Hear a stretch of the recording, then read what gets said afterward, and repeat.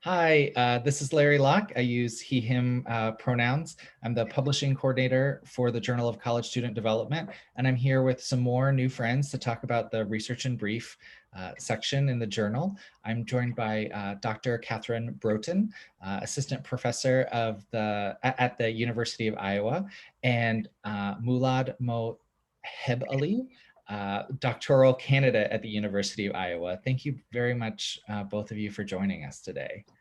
So I have just a handful of questions for you, and feel free to each share an answer. So your article that came out in the last issue, 63.2 of JCSD, is titled Deconstructing Assumptions About College Students with Basic Needs Insecurity.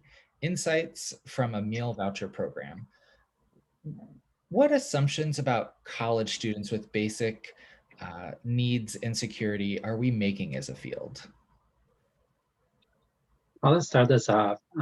There are a range of assumptions and ideas about the students who lack basic needs security. They derive from various cultural schemas that over time have become near commonsensical. In writing this paper, we were not focused on individuals working with students who lack basic needs security or our field per se, even though the implications of this research is most important for those groups. In this paper, we were really concerned with the common sense understandings of poverty and welfare programs. And specifically, when it comes to poverty and welfare programs, there are various ways that practices and policies can unintentionally reproduce racist, sexist, or classist tropes of blaming the poor. I'll unpack this a little bit more in the context of the US specifically, where the public tends to attribute poverty to poor personal traits, for example, poor decisions or lack of skills or efforts, rather than structural explanations like shortage of well-paying jobs. As a result, procedures and practices for cash-like assistance programs have historically distinguished deserving poor, like white working-class families, from undeserving poor that have been often framed in racist and sexist stereotypes. Yeah, thanks, Milad. And some of my prior research shows that higher educational professionals, they're not immune from these societal ideas, right? But they are also influenced, of course, by their institutional and professional cultures.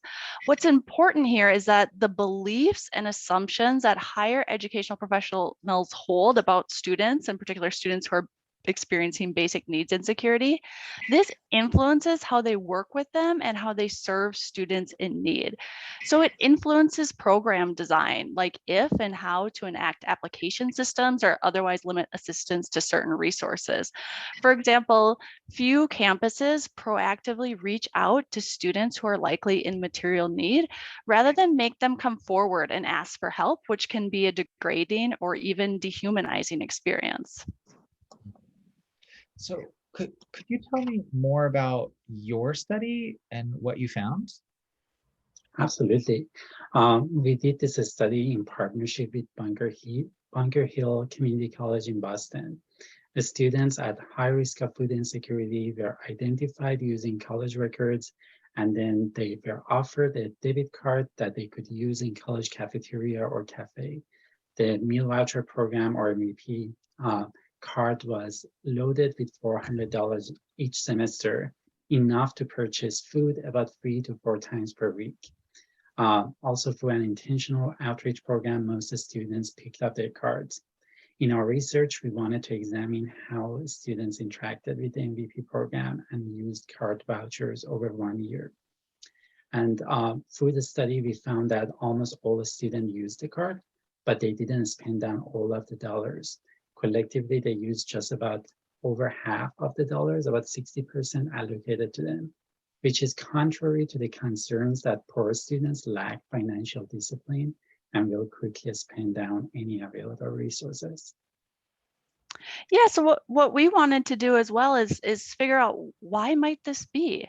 And we found that the best predictor of this MVP card usage was not any personal or financial characteristic.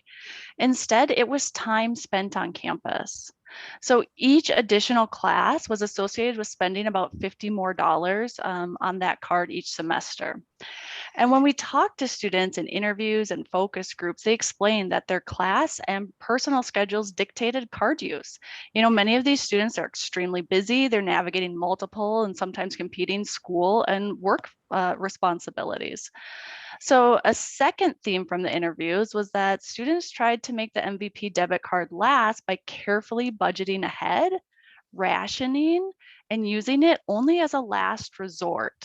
So some students explained that having money on that MVP card felt like a way of obtaining savings that they could not otherwise attain.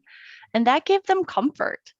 So student spending patterns were not only a function of this time poverty, but also their perceptions of scarcity and the rationing behaviors that they engaged in.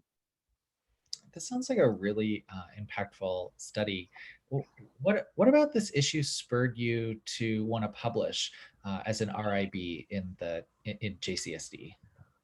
Yeah, well, in doing this larger mixed methods field experiment with BHCC, who's just a wonderful college partner, we found some really important implications for scholar practitioners, and we wanted to share those. We wanted to get them out, and we felt like a JCSD RIB was the place to do that. So a few things that we wanted to make sure that we shared is that first, we didn't find any evidence that students felt stigmatized by the program. And that may be because of the proactive identification and outreach strategy that the college engaged in. So students didn't have to fill out a potentially dehumanizing application form proving their deservingness for the program. Instead, the college reached out to them and offered assistance. And as a result, the program boosted academic success and well-being. Second, it became very clear that the meal voucher program alone cannot end campus food insecurity, right? The students in our study, they simply can't eat enough meals in the cafeteria due to the other responsibilities and demands on their time. So when we're thinking about meal vouchers, I think we need to consider them in concert with other anti-hunger initiatives like SNAP or food stamps. And third, greater encouragement and support throughout the year may have increased spending even more and boosted program impacts. And as the awareness on basic needs insecurity in colleges is growing and more colleges and universities are investing in programs to address the issue, there is still very limited empirical evidence on how students interact with these programs. Even more, many higher ed professionals working in these areas do not have training or professional code of ethics to work with the students with basic needs insecurity.